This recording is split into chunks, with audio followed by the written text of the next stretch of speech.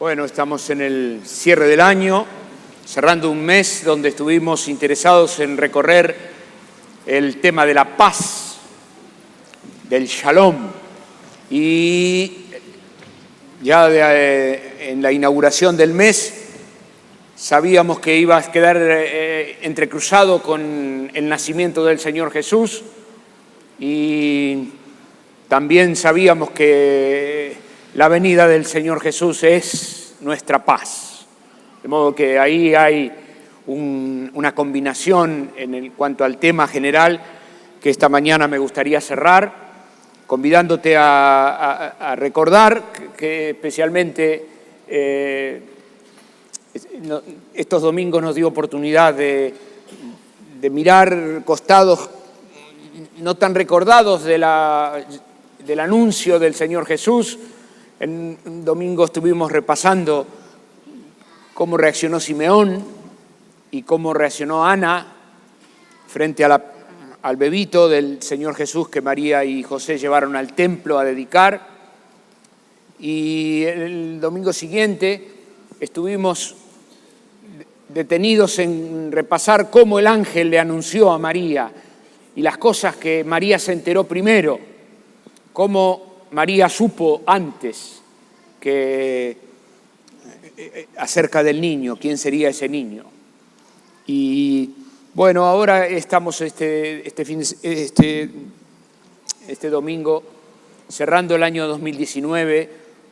Me parece interesante que hagamos un alto para recordar que hace apenas 20 años estábamos cambiando de siglo. No hace apenas 20 años no es nada. Y para muchos el cambio del siglo era un hecho muy importante, singular. La vida va corriendo y estamos próximos a cambiar un número, a ponerle un 20 ahora a nuestro calendario. La vida va muy rápido. Nos toca... aquí hay pibas y pibes que tienen 17, 18 años, 19, son hijos de este siglo, del siglo XXI, que estamos viviendo un tiempo de tal aceleración del avance de las cosas, que todos los otros que estamos, nos damos cuenta que las cosas han cambiado como para que se ha ido de las manos mucho de lo que nosotros teníamos como normal. Y lo normal ha pasado a ser el cambio. Y dentro del cambio, el cambio muy acelerado. Estamos en un momento de cambio muy rápido, muy rápido. Entre las tantas cosas que han cambiado mucho, mucho para la cultura que compartimos y para la sociedad que nos movemos, es el concepto de la autoridad. Cuando hablamos de autoridad, la sociedad de hoy asimila la autoridad con el abuso, con el autoritarismo. Lo asimila rápidamente con lo malo, con lo feo. La autoridad es algo feo y es algo que es contrario y es algo que nos va a perjudicar. Y este concepto es tan dominante en el campo de la sociología, voy a decirlo de otra forma, cuando repasamos la relación de la sociedad con la policía, ahí vemos un oscuro. Y cuando repasamos el vínculo con relación a la escuela, y bueno, ahí se da una situación oscura. Y cuando repasamos la relación del alumno con el docente, se da una situación oscura. Pronto, entre el papá y el docente se genera una sospecha oscura. En todo lugar donde se ejerce autoridad, en cualquier momento se va a generar un hecho oscuro, de sospecha. Y cualquier cosa, quien va a entrar en crisis o en entredicho será la autoridad. Cuando se genera una tensión entre una persona que está cumpliendo órdenes y aquel que la dio la orden y hay alguna tensión, el que va a entrar en momentos de sospecha y de crítica es la autoridad. Estamos totalmente dispuestos como sociedad a indultar rapidísimamente a quien haya desobedecido o a quien no haya dado la medida o a quien no haya estudiado o a quien cruzó un semáforo en rojo. Estamos totalmente dispuestos a indultarlo inmediatamente por la razón menor que se nos ocurra. Pronto indultamos al funcionario que roba, indultamos al funcionario que miente, indultamos a quien inventa. La sociedad de hoy está dispuesta a inventar hechos y a creer hechos y a sostener hechos que la justicia llega a probar falsos. La sociedad que compartimos está dispuesta a continuar sosteniendo hechos que la justicia probó como falsos y la sociedad insiste en sostenerlos como si fueran hechos auténticos, verdaderos, aunque la justicia, mediante peritajes y procedimientos judiciales, haya probado que son falsos. De todas maneras, estamos en una sociedad que está dispuesta a creer lo que es mentira. Y aunque sea mentira, la sociedad tiene la capacidad, la cabeza disponible para creer lo que no es verdad. Estamos juntos como nunca en un ambiente dispuesto a llamar verdad a lo que no es verdad y a llamar mentira a lo que es verdad. Y llamar verdad a la mentira y a la mentira verdad son anuncios de las Sagradas Escrituras. Vendrá el tiempo cuando a la verdad se le llamará mentira y a la mentira se la llamará verdad. Pero esto, juntos, los argentinos estamos entrando en tiempos donde este cuadro de situación que estoy compartiendo empieza a también cobrar estado parlamentario. Y en el Parlamento Nacional se comienzan a discutir cosas que son adversas a la palabra de Dios y se las discute y se las establece como verdad mediante ley. No somos los argentinos los que estamos debutando en esto. No, ninguno piense que nosotros somos el peor país del mundo, de esas cosas, déjeselo para que lo diga alguien que está muy enojado con el país. Pero eso no es cierto. La sociedad occidental está dispuesta a escuchar y a dar por cierto cosas que no tiene probadas. Y cuando digo esto para relajar y tranquilizar a todos los que están muy enojados y muy molestos por la realidad actual, le cuento que hace unos cuantos años atrás, bastantes años atrás, hubo un señor que se llamaba Darwin. Darwin vino a la Patagonia y estuvo muchos años en la Patagonia haciendo investigaciones. Y Darwin estableció lo que se llama la teoría de la evolución. Es una teoría, Darwin estableció una teoría. Y la teoría de Darwin es que el animal devino en este, y este devino en este, y este devino en este, y en este, y acá estoy. Y Darwin hizo sus investigaciones primarias en la Patagonia Argentina, hace muchos años atrás.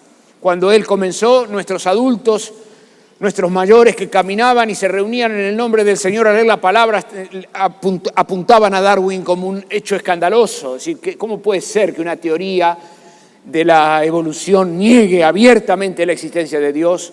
¿Cómo puede ser que la gente lo crea? ¿Y cómo puede ser que lo tomen como cierto si no pueden probar absolutamente nada? No pueden probar de dónde sale la forma, el pico, el color del pico. No puede probar de dónde salió eso. El diseño, no puede probar de dónde sale el diseño. Tampoco puede probar de dónde salió la primera materia o el primer movimiento. No lo puede probar, no tiene cómo probarlo. Pero sin embargo, nosotros, pasados los años, tenemos tan establecida la ley de la evolución que se da por cierta, y la Universidad de Ciencias Naturales estudia eso, y la Universidad de Medicina, la Facultad de Medicina estudia eso, y en las escuelas secundaria, primaria, todos los docentes enseñan eso como si eso fuera verdad. No tienen cómo probarlo, es una teoría. Nosotros juntos estamos en este momento comenzando a escuchar otras teorías nuevas que tienen poder de fuego, parecidas a lo que en ese momento fue el poder de fuego que tuvo Darwin con la teoría de la relatividad. Hoy se está poniendo en tela de juicio el género de las personas.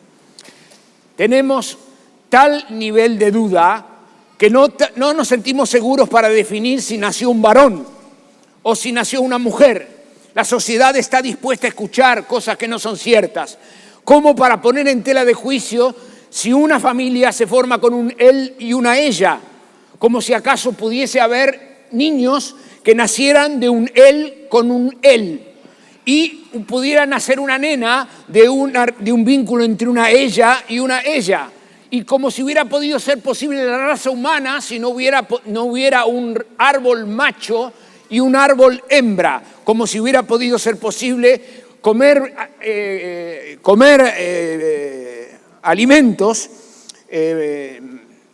carnes, si no hubiera habido un conejo y una coneja, como si no hubiera habido un gallo y una gallina. No, a pesar de todas las evidencias en contra, compartimos una sociedad que está prestándole un oído adherente a teorías que no tienen fundamento, pero que con el correr de los años se van haciendo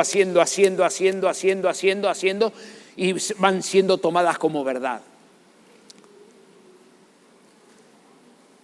Les puse el ejemplo de la teoría de Darwin porque es tan alevoso, y lo hemos escuchado todos en la escuela, tan alevoso, para que nos preparemos a lo que viene, porque lo que viene es otra teoría más. Bueno, ¿y qué tiene que ver esto con la Navidad? Tiene mucho que ver. Y me propongo en el nombre del Señor y en el poder del Espíritu Santo a ponerte en vínculo una cosa con otra. Y deseo que esta mañana se caigan las vendas de tus ojos y cualquiera que esté aquí ciego pueda decir: Señor, gloria a tu nombre, tu palabra es la verdad. Que podamos en esta mañana poder sentir la certeza de que el Espíritu Santo está aquí hablándole a la iglesia, a su pueblo. Está hablándole la verdad al pueblo que va en la caravana rumbo al cielo. Que cada uno de los que está distraído, o aquel que está en esta mañana confundido, o aquel en esta mañana que está dándole permiso a la sociedad que lo permee con sus miradas, pueda dejarlo todo y seguir a Cristo. El ángel vino a hablar con María, y el ángel que vino a hablar con María tuvo un diálogo inteligente. Es un diálogo que ella entendió perfectamente. El ángel no hablaba francés a una persona que entendía ruso, sino que la interlocución entre el ángel y María fue inmediata. María y el ángel hablaron el mismo idioma. No solamente hablaban el mismo idioma desde el punto de vista de la audición, sino que hablaban un mismo idioma desde el punto de vista de la sociabilidad.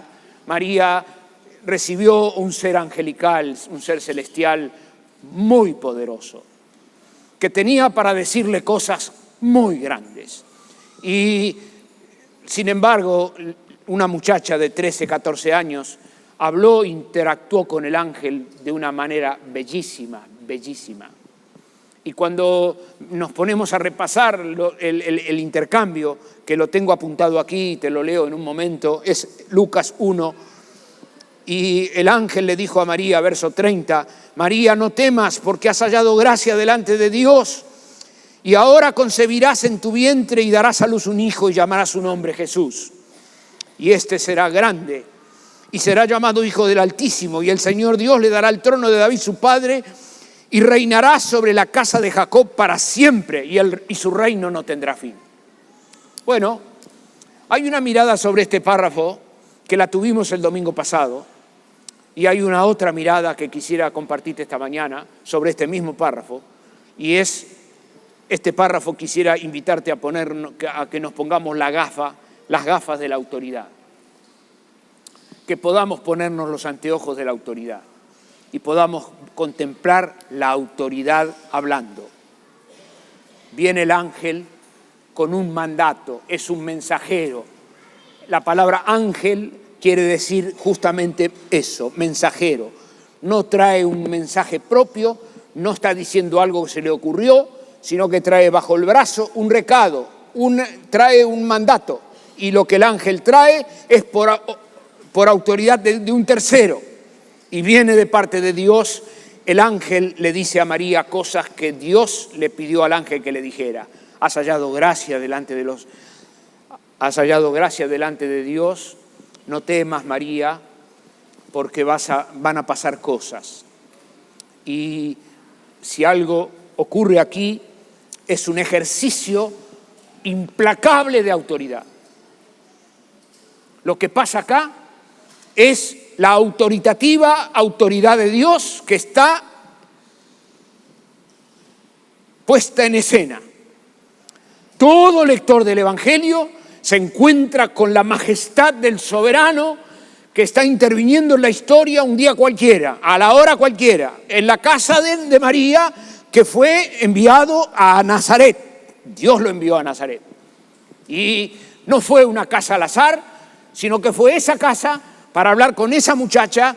Y cuando digo esto estoy diciendo que no fue a otra casa ni a hablar con otra muchacha. Fue con esa casa a esa muchacha para decirle eso. ¿Y qué le dijo? Le dijo, vas a concebir y vas a dar a luz un hijo. Bueno, nos hace muy bien recordar que en el universo hay autoridad. Que más allá de lo que la sociedad vaya creyendo y la evolución que vaya teniendo el pensamiento social de la generación que nos toque vivir, más allá del consenso social que se vaya formando, detrás de bambalinas hay una autoridad, hay quien gobierna el mundo. Y detrás de la escena hay una mano, una voz, hay una persona que es el autor y el consumador de todas las cosas, que gobierna a este mundo, lo gobierna con autoridad, puede gobernarlo, tiene con qué gobernarlo. Él es omnipotente, Dios es omnisciente, Él es omnipresente, puede gobernar la historia humana y puede ir al living de María a decirle, vos solita vas a ser la única mujer en la historia bajo el sol, nunca nadie más va a hacer lo que va a pasar con vos. No habrá otra mujer, bendita tú entre todas las mujeres, y bendito el fruto de tu vientre. Va a pasar algo singular. Más allá de que hay 6.000 millones de personas en el mundo, y más allá de que las generaciones han pasado, y más allá que en el mundo hay reyes como el rey de Babilonia y el rey de Asiria, y que está el Imperio Romano, y más allá de los problemas que hay en tu casa, en tu familia, vos vas a concebir.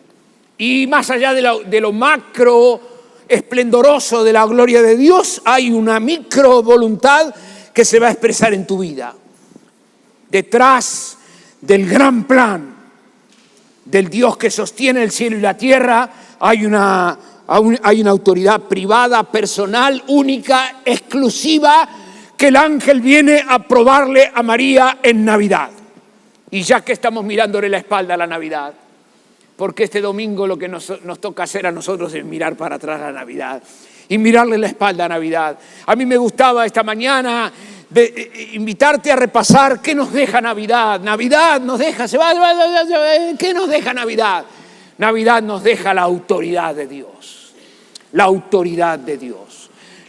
Navidad nos deja el esplendor de la gloria de Dios. Dios ha irrumpido en la historia como nunca hasta hoy.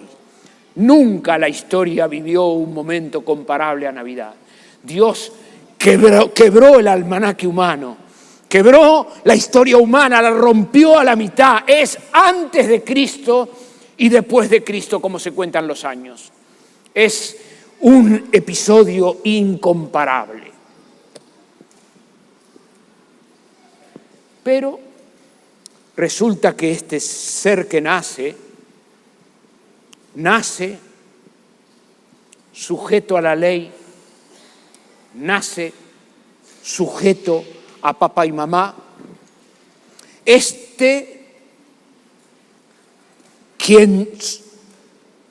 Cuyo reino no tendrá fin, nace en la impotencia de un bebito que depende del pecho de su madre para alimentarse, resulta que la Navidad que se va nos deja una estela de la increíble debilidad en la cual nace el Señor Jesús.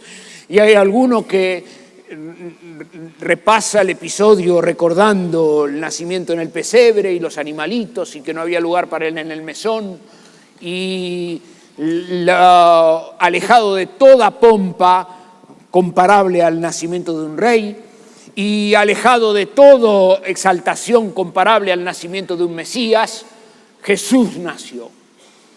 Jesús nació para dejarnos una marca, y es la marca de la autoridad, la tremenda marca de la autoridad de Dios. Que María y José fueron al séptimo día al templo a presentarlo al octavo día para ser circuncidado. Eso lo repasamos el domingo pasado.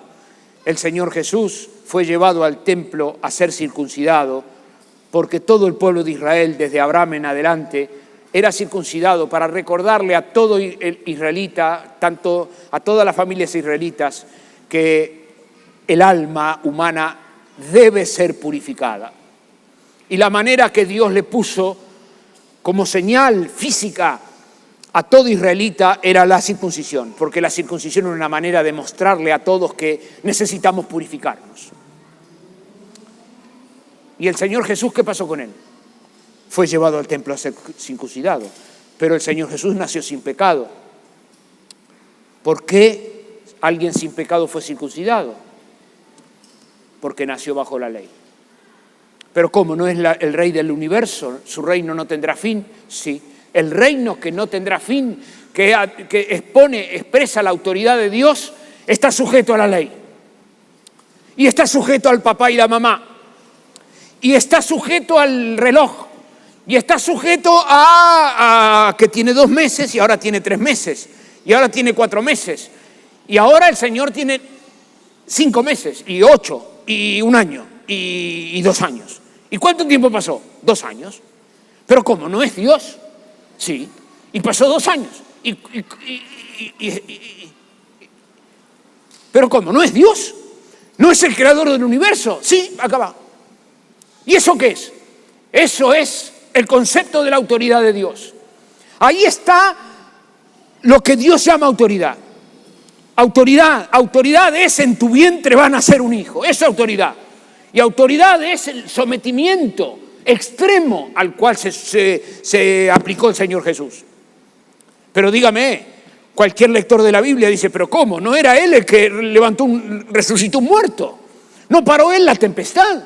¿No tenía él control sobre los elementos de la naturaleza? ¿Cómo puede ser que el Señor tenía 5 años? ¿Que tenía 5 años? ¿Que el Señor Jesús tuvo 5 años? ¿Que se raspó la rodilla? ¿Que la mamá le puso una curita? Sí. ¿Que jugaba con los nenes? Sí. ¿Que tomaba la sopa? Sí. ¿Que a los 12 años se quedó discutiendo con los doctores del templo y hablaba de igual a igual con ellos y les hacía preguntas difíciles? Sí.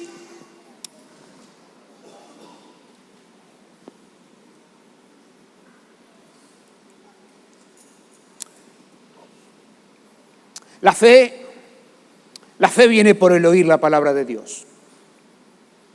Tu fe necesita crecer.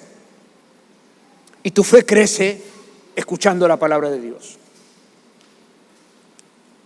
Tu fe está combatiendo en esta cultura relativista. Y ahora, en este momento, está escuchando la palabra de Dios. Dale una oportunidad al Espíritu Santo que está aquí, a que pueda penetrar en los lugares más recónditos de tu vida para alimentar tu fe. Cuida tu fe. Es mucho más preciosa que el oro. Tu fe es preciosa. No tenés bajo el sol nada más precioso que tu fe. Tu fe, esa fe que te vinculó con la obra consumada de Jesucristo en la cruz. Tu fe que te vinculó con la presencia de Dios. Tu fe que te deja quedarte sorprendido de que Dios tiene autoridad. Que Dios tiene autoridad y que la autoridad de Dios no es dañina. La autoridad de Dios no es abusiva.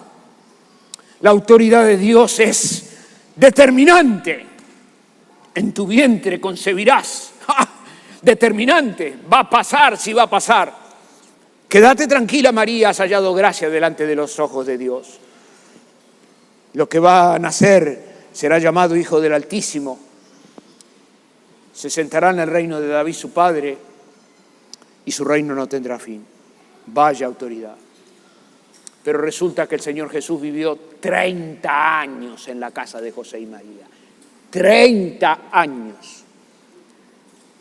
Recién al comenzar hablábamos de los 20 años que van del siglo XXI. Pues el Señor Jesús en este momento tendría 20 años. Y estaría sentado acá. Y vos dirías, pero ¿cómo? ¿No fue el Señor Jesús el que dijo sea la luz y fue la luz? ¿No era Jesús el que estaba delante de la nada y creó de la nada? Sí. ¿No es Él el que tiene poder fiat para crear de lo que no es y para que sea?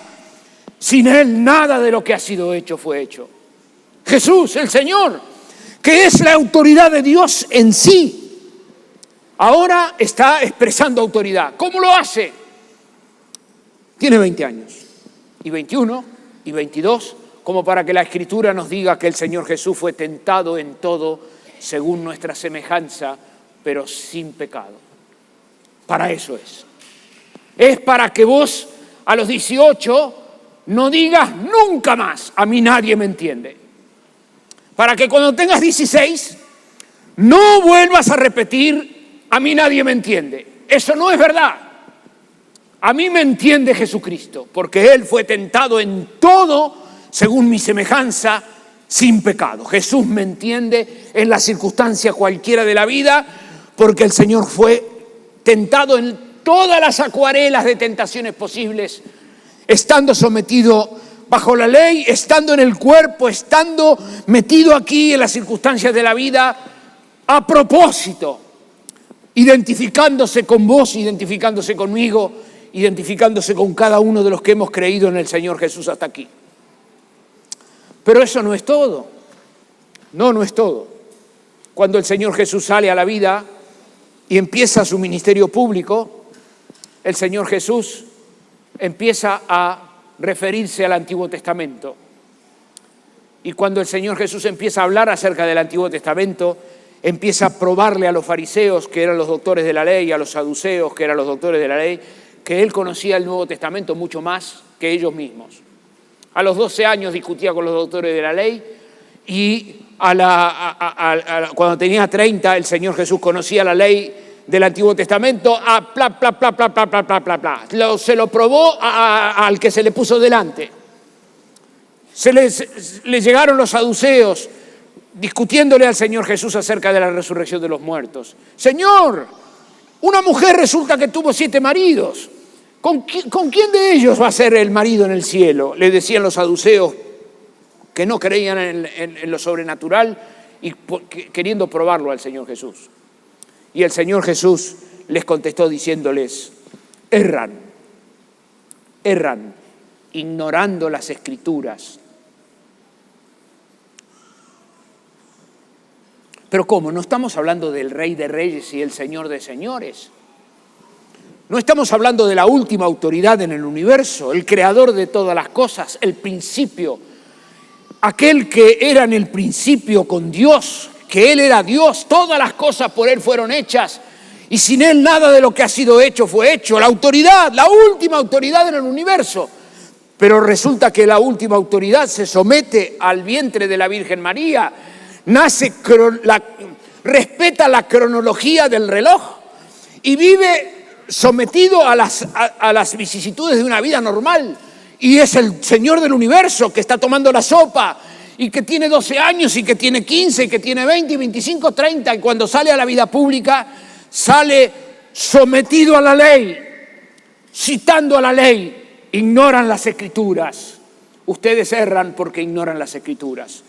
Y el Señor Jesús habla con unos y con otros diciéndoles es necesario que se cumpla todo lo que de mí se dice. ¿Cómo? Que la autoridad de Dios está sujeta a la palabra que Dios ya dio en el Antiguo Testamento. Que todo lo que los profetas anunciaron a propósito del Señor Jesús se cumplió puntillosamente en la persona del Señor porque Él mostró sumo interés de que así sea. Pero si cuando el Señor Jesús está siendo crucificado, llega a decir, el evangelista Juan llega a decir que el Señor Jesús dijo, sed tengo. Y Juan dice, para que se cumpliera lo que está escrito. Y dejo esta cita suelta así nomás, para que cada uno de los que aman estudiar la palabra puedan ir al Evangelio a encontrarse con cuántas veces el Señor Jesús dice, esto es necesario que acontezca, porque así fue dicho por los profetas. ¿Qué está diciendo el Señor? Jesucristo está diciendo que Él es el Señor, Él es la última autoridad, sujeto a la palabra de Dios. Él está totalmente sujeto a lo que Dios ya reveló en su palabra. El Señor no era un libre pensador que vino aquí a jugar, ni es un mago que viene a hacer, no, viene a hacer lo que el Padre me pidió que hiciera, todo lo que el Padre me encomendó hago, y yo obedezco lo que el Padre me pidió. La unidad del Señor Jesús con su Padre es admirable, admirable.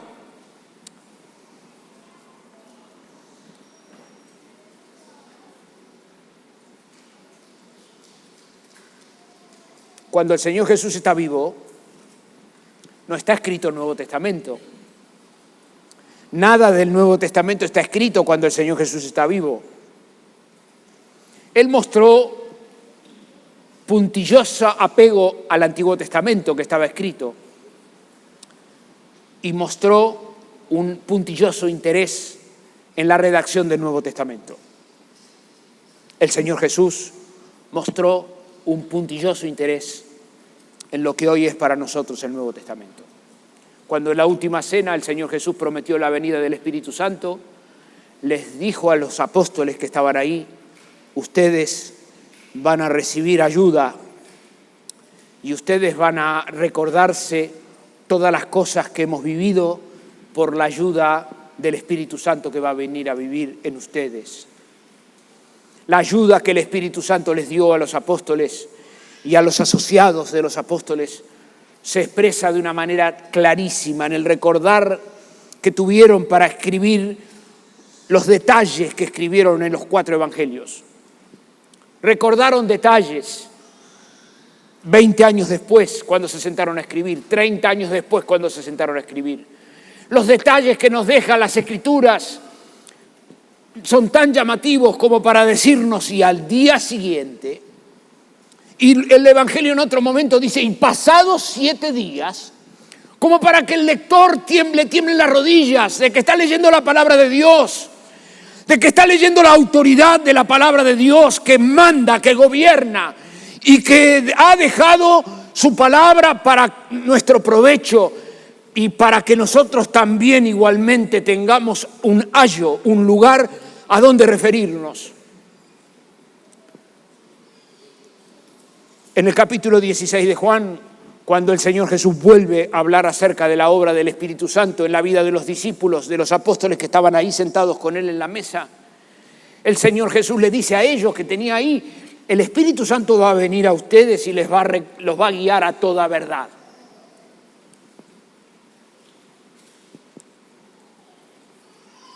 Ese versículo ha sido un versículo muy tergiversado. Quizá quien más lo ha tergiversado sean los papas. Los papas de Roma han tomado ese versículo para decir que ellos hablan la verdad porque Dios los guía a la verdad por el Espíritu Santo. De modo que, aunque hablan por fuera de las Escrituras, ellos tienen la verdad porque Dios los guía a la verdad. Esa clase de permisos que nos damos los humanos de ponernos por sobre lo que Dios ha establecido. Pero quien lee honestamente la Escritura se encuentra con que el Señor Jesús le está diciendo a los apóstoles de ahí, el Señor los va a guiar a toda la verdad. Y les va a tomar de lo mío y les va a hacer saber. Y les va a guiar. De modo que ese párrafo del capítulo 16 de Juan está totalmente probado en las cartas de los apóstoles, cuando el Señor Jesús les dice en Juan, le dice, yo quise enseñarles más, pero ustedes no pudieron aprender, no daban más, ustedes la cabeza les explota. A mí me gustaría enseñarles más, yo soy un buen docente, soy Dios, pero ustedes no dan, la computadora les vuela por el aire, no puedo seguir insistiendo, no puedo. Pero cuando venga el Espíritu Santo, Él les va a completar. Cuando el apóstol Pablo escribe, dice, yo recibí del Señor lo mismo que les enseñé. La noche que fue entregado, Jesús tomó pan y dio gracias. Eso lo recibí del Señor, dice Pablo. Pero también en otro párrafo más adelante, Pablo dice, esto lo escribo yo de la mía, porque no, esto no me lo dijo el Señor. Esto es el Espíritu que me guía y estoy escribiendo. Y es palabra apostólica única, una y la otra. ¿Por qué? Porque en el Evangelio de Juan, el Señor Jesús le dijo a los apóstoles que iban a recibir autoridad. Bueno, en lo que estoy diciendo hay mucho entretelón para seguir enriqueciendo. La hora se me escapa, no puedo quedarme aquí.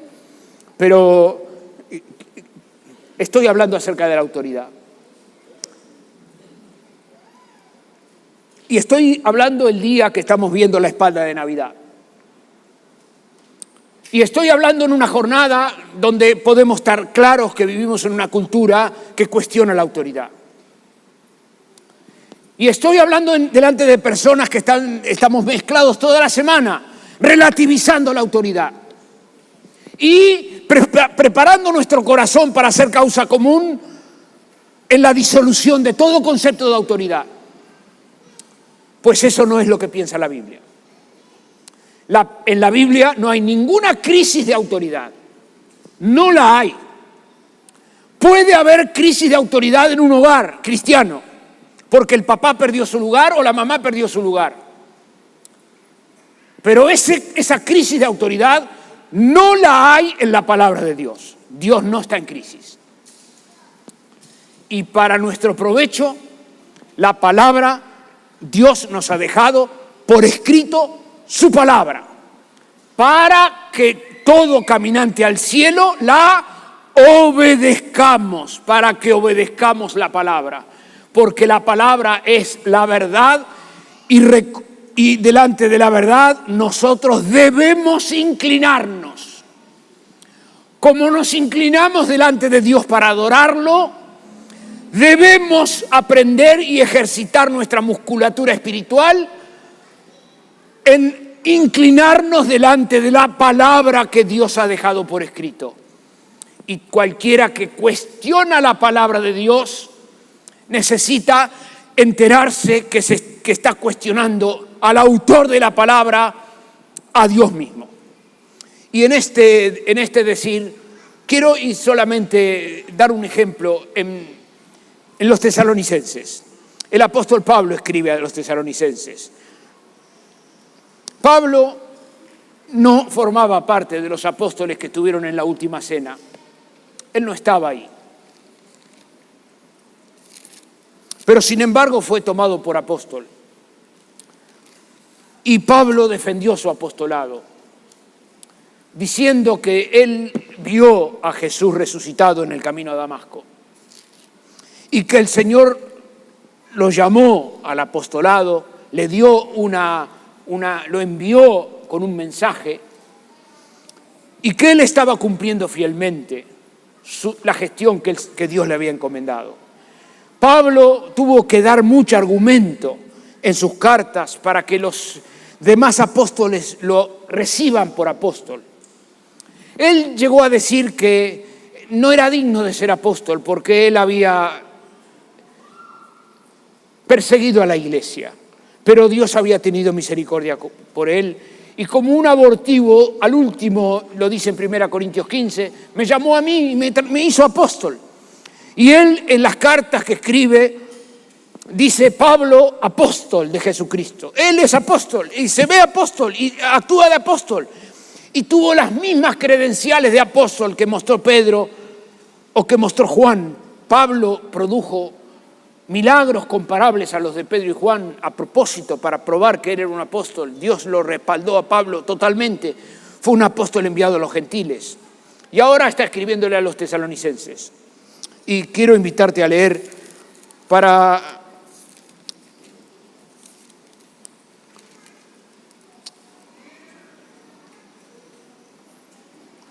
el gran asunto es cómo hago yo para encontrar el texto que quiero encontrar.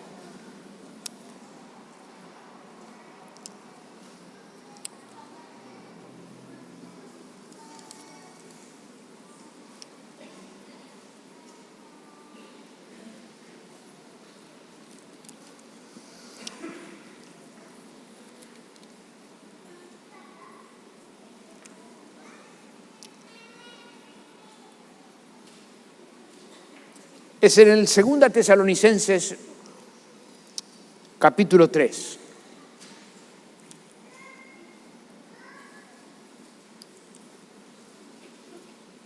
Confío que el Señor que está aquí va a suplir lo que hace falta para que se entienda todo lo que estoy queriendo decir esta mañana en el entrañable amor del Señor Jesús. Pero ahora es Pablo escribiendo. Es uno que fue llamado apóstol de última. Y en el versículo 16 del capítulo 3 de 2 Tesalonicenses dice, pero os, ¿qué dice? ¿Que os qué? ¿Qué dice en tu Biblia? Perdón, estamos en 2 Tesalonicenses 3:6. Con razón, digo, ¿qué pasa? 3:6. A ver, ¿qué dice ahí? Pero os... ¡Wow! ¿Quién es este que habla? ¿El Señor Jesús? ¿Quién habla? Dios habla. ¿Qué es un profeta? Es Isaías que habla. ¿Quién habla? Jeremías. No, es el apóstol Pablo. Es Pablo el que habla. ¿Y qué dice? Pero os ordenamos, hermanos. ¿Qué está haciendo ahí? Está ejerciendo autoridad. ¿Qué está diciendo? Está hablando autoritativamente y está diciendo algo excluyente, totalmente excluyente. ¿Qué más está diciendo? Es algo inopinable, de lo cual no tengo nada que decir. Lo único que tengo que hacer es obedecer. ¿Qué tengo que hacer? Obedecer, porque Dios no está en crisis la autoridad, no. La cultura tiene en crisis la autoridad, la sociedad relativiza, la palabra de Dios no relativiza. Y lo traigo el caso del apóstol, del más pequeño de los apóstoles, que dice, les ordenamos, hermanos. ¿Qué ordenamos? Les ordenamos como si fuera el Señor Jesús el que lo hace, en el nombre del Señor Jesús, o sea, en el lugar del Señor Jesús, que se aparten de todo hermano que ande desordenadamente. Y no según la enseñanza que recibiste de nosotros. Puedo leer de nuevo, mi hermano, en este día en la Iglesia del Encuentro. Estoy aquí en el 2019, último domingo del año, leyendo la palabra de Dios. Y las Escrituras dicen, pero les ordenamos, hermanos, en el nombre del Señor Jesús, que se aparten de todo hermano que ande desordenadamente y no según la enseñanza que recibieron del Señor, que recibieron de nosotros. Porque ustedes mismos saben de qué manera ¿deben qué? Deben imitarnos. ¿Quién? ¿Los hermanos a quién? Al apóstol. Estamos hablando de autoridad. Y cuando la Biblia, la palabra de Dios habla de autoridad, habla de una autoridad encarnada en una persona intachable, en una persona imitable. Que el apóstol dice, imítenme como yo imito al Señor. ¿Y qué más? Ni comimos, dice, pues nosotros no anduvimos desordenadamente entre ustedes, ni comimos de balde pan de nadie, sino que trabajamos con afán, fatiga, día y noche para no ser gravosos a ninguno de ustedes, porque no porque no tuviéramos derecho, sino por darnos nosotros mismos un ejemplo para que nos imiten, porque también cuando estábamos con ustedes les ordenábamos esto: si alguno no quiere trabajar, que tampoco coma. Bueno,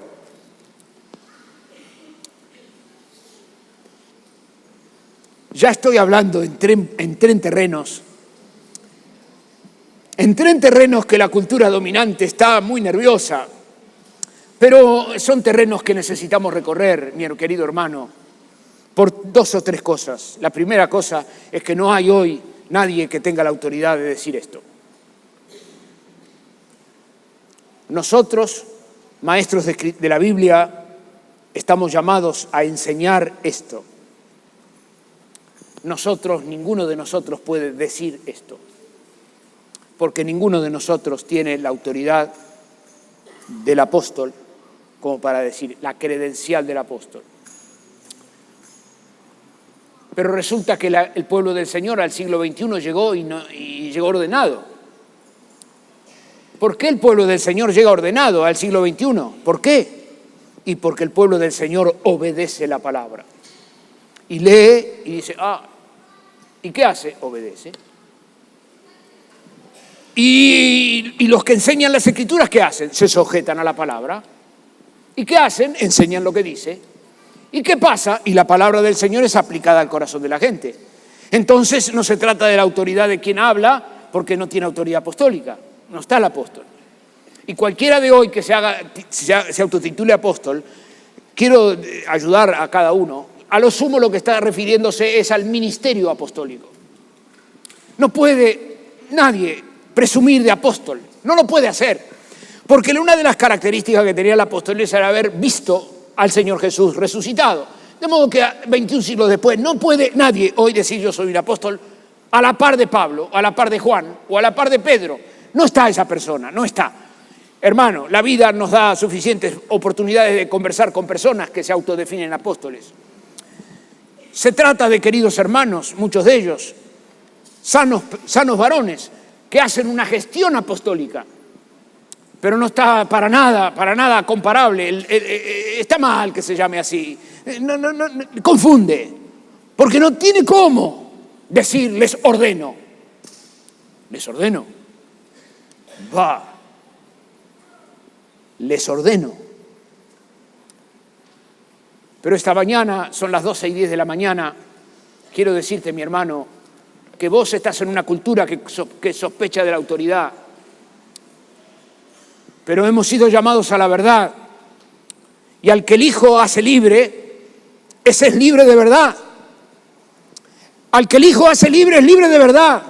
Libre de la tiranía de uno que se arrogue autoridad para decirle te obligo. No. Ninguno bajo el sol puede a nadie obligarle. No, le ordeno, no. Le ordeno, no. No, le ordeno, no. Le ordeno, no. No.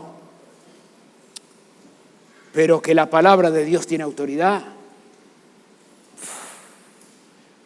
Que los apóstoles tienen autoridad. Hermano, vos y yo debemos inclinarnos delante de la autoridad de la palabra. Y si hace rato que no has hecho este ejercicio espiritual de inclinarte delante de la autoridad de la palabra, te convido a que en el cierre del año, en las oraciones de fin de año, puedas decir, Señor, yo voy a abandonar todo pensamiento alternativo a tu palabra. Voy a dejar toda idea alternativa al texto escrito por tu palabra. Y si en algo nos deja la Navidad que se va, es un decir del apóstol Pablo. Dice, hayan ustedes el sentir que hubo también en Cristo Jesús. Tengan ustedes la manera de pensar que operó en la autoridad última del universo, que siendo en forma de Dios, no estimó el ser igual a Dios como algo con lo cual quedarse, sino que se despojó a sí mismo tomando forma de siervo. Y estando en la condición de siervo se humilló, la condición de hombre, y estando en la condición de hombre se humilló a ser siervo y eligió una muerte, y entre todas las muertes posibles, la vergonzosa muerte de la cruz. Nada hagan por contienda. Nada hagan por contienda. Nada hagan por vanagloria. Antes bien con humildad, considerándose cada uno al otro como superior a sí mismo. Bueno, Termino diciendo, la Navidad pasó y nos dejó un perfume de autoridad. Autoridad a la cual yo, Raúl, adhiero momento tras momento. Me encanta pensar en mi corazón que Dios manda. Me tranquiliza el alma. Por nada estés afanoso. Si no sean conocidas tus peticiones en la presencia de Dios con acción de gracias, y la paz de Dios y el shalom de Dios, el eirene de Dios, que sobrepasa todo entendimiento, guardará tu corazón y tu pensamiento en Cristo.